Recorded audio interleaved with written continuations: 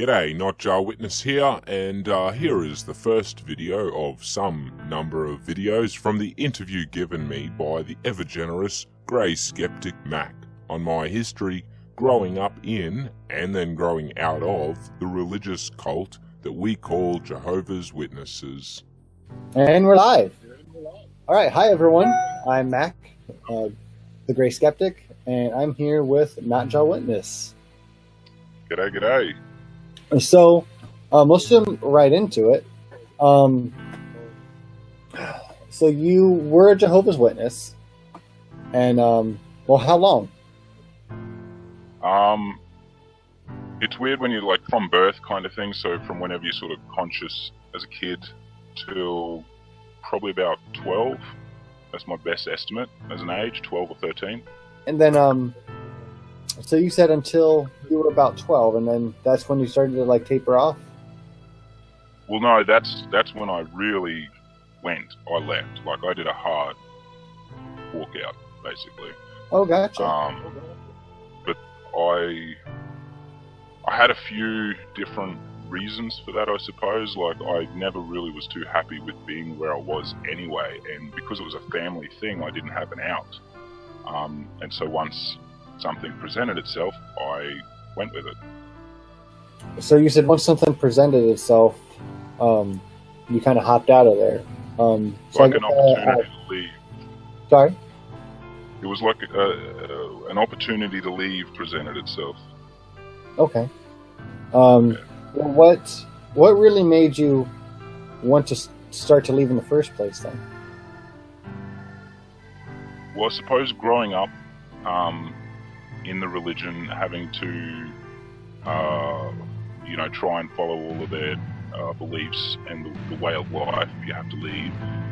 And I was growing up in a very small country town, so everyone knows who you are, they know your beliefs, you become ostracized, and this is just as a very, very young kid.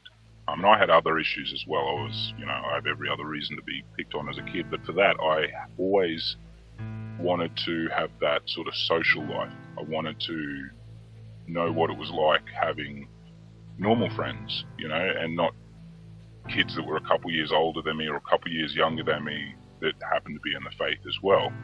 And again, being a small country town, there weren't many of them. So I always just wanted, and little things like birthday parties that the school would throw each day, for everyone's birthday. So I had two other kids that had the same birthday as me. And so every year on my birthday through primary school, I would get to sit outside, watch through the windows as my entire class got to party and have cake and, do all the birthday celebrations.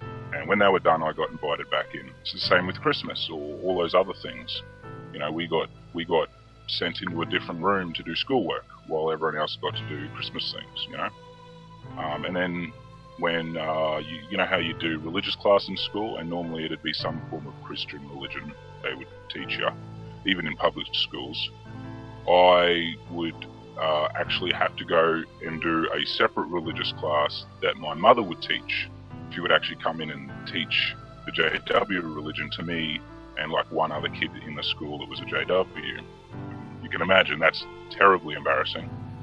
Mm-hmm. So all of this sort of grew to be a severe resentment towards not their actual beliefs, but their lifestyle, like how strictly enforced it all had to be. And especially as a kid, you just want to go and have fun. You want to go and have friends,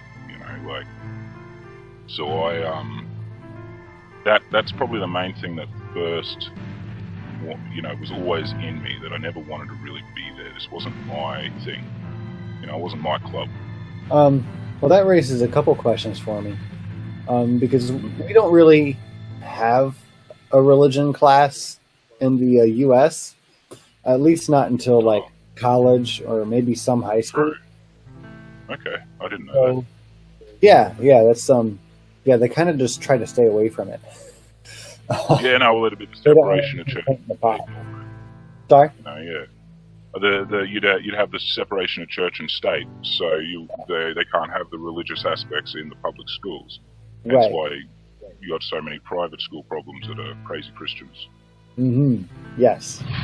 So, then how did they pull you out of certain like birthday celebrations or Christmas celebrations or religious class? How did they go about that? Was that some kind of mandate since you were a Jehovah's Witness, or? No, it was originally, it would have been like grade 1 or, whenever I first entered the school. Excuse me. My mum would have explained it all. Just give me a sec, got a cough. Okay. Sorry about that. My mum would have explained it all, and they would have just sort of like allowed it, basically. So each year they would come and tell me that I had to leave, just straight up in front of everybody, whenever it was time to do the cake kind of thing. It would have been just before one of the recesses sort of thing, like they'd spend the last 20 minutes of school time before recess doing a big party for the kids. And whether it was for, the day of my birthday or any other day that some kid is having a birthday, I'd be sent out. It was just straight up, you just sit out there at the front door of the class. And were you the only Jehovah's Witness there in the class? In a lot of my classes, yeah. There was, I think, only one class that I had through primary school that I had another witness in my class. No, sorry, it wasn't a witness. It was an atheist.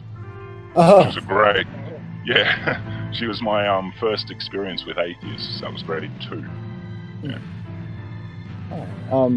Yeah. Wow. Yeah. That I find that would be, one, embarrassing, and two, just kind of awful in general. I can see why you wouldn't really want to live that Jehovah's Witness lifestyle. No, it's not fun. And I mean, at a minimum, it really instilled that whole ideal that you shouldn't push religion on children. And I didn't even understand the whole concepts of why I should think. But even as a kid, I was like, this is wrong. Like, I shouldn't be having to do all this. Yeah. Yeah. And I can't remember who it was who said any religion that scares a child can't be true or shouldn't be true. I can't remember. I feel like that was Thomas Jefferson almost. I actually just saw a thing on Twitter not long ago. I'm not going to be able to find it now. Who was it? It was like it was a quote from Tom Petty, the musician. I'm sure you know who that is. And what did he say? It was something like, any club, or if you're a part of a club and you find out that the generations that people of that club have been abusing children, you don't want to be a part of that club. Right. And he was referring to the Catholic Church, but it was that same whole idea. Like, if they're, you find out that this group of people are doing any form of horrific things or indoctrinating children or abuse or any of these things, you just don't want to be a part of it. And even as a kid, you sort of understood that. It's all this strict, like the strict lifestyle that you have to abide by, and it's just not, it doesn't work with real life. You know what I mean? Like, people can't actually live up to those standards. Right. It's very unappealing and it's very seclusive. If you just want to be left alone all your life, I guess. Yep. I guess it's great. Because that's basically their end goal, is that whole one world with their world leader, which is Jesus. Right. Yeah. Because as I talked with Ben Rear, he said it's just the witnesses who get to live in paradise for all eternity. So it's just them. So if that's what they want, they're just getting practice in, right? Pretty much.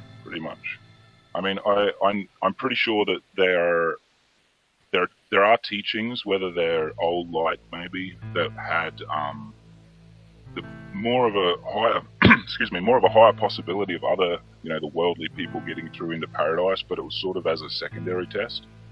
So, like, this is a test under imperfection, and then we'd have a test under perfection, under God's rule. So, but I don't know whether that's still current. Yeah. The longer you're in it, or the deeper you go, the more trash you Further want. down the rabbit hole. Yeah, further down the rabbit hole, exactly. Yeah. So again, you said that when you found out around the time you were 12, you just up and left. Can I ask what that was? What was your out? So there was an elder, a brother. We'll just call him an elder, because currently they're still family friends. So I don't want to or family friends of my parents. So I don't want to, be too nasty or anything. But basically, my older brother was also, like, we were all in the faith, us three boys. And my older brother had sort of started wavering himself. He'd started hanging out with kids, going to parties. He, I think, just hit his teenage years and stuff. And he had been given a harsh word to by this elder, and in a bit of a very demeaning way, and he up and left. Okay, so this was my older brother, and I only found this out not long ago. But just after that is when he basically comes and talks to me about this, and sort of uses it as a warning that I don't want to be like my older brother, who's evil and lost his way in life and all of this stuff. And you got to understand, I, especially up until this point, had always looked up to my older brother. He was everything. We were best mates. So this immediately, it just offended me in a way I never knew possible from these people that I thought were meant to be like family. And that was my out. I didn't know that the amount of, I didn't know the details between what happened between the elder and my older brother until just recently, but I did know that he was using my older brother as a warning, as if he was like the evil seed of the family that I got to try and avoid, and that threw me. That's when I was like, no. Gotcha. And do they know that you're? I guess that's another question then too. Do you identify as an atheist now? I don't think I do. I'm, if anything, probably agnostic, but also anti-theist, if that's the right term. I might be using that wrong, so I apologise if I am, but I'm basically against any form of organised religion. I don't necessarily believe in God, but I can't by my own good standing stand here and say that there is no God. Do you know what I mean? Yeah. But having said that, I can say that it's not that God or it's not that God, Yeah. Okay, so then do your parents know? Does your family know that you're leaning towards anti-theism? Probably my dad, but that's because he's never really held to any religion. Not by principle, he's a very conservative kind of guy, but he's never held to a religion. He doesn't have a God. And so I haven't been outright and direct, but he's somebody I've at least even mentioned that I've got this channel, and I'm doing these exposés on cults and religions sort of thing. I'm a bit more open like that to him, and I think he's definitely smart enough to clue on. But they're not my mum or my little brother.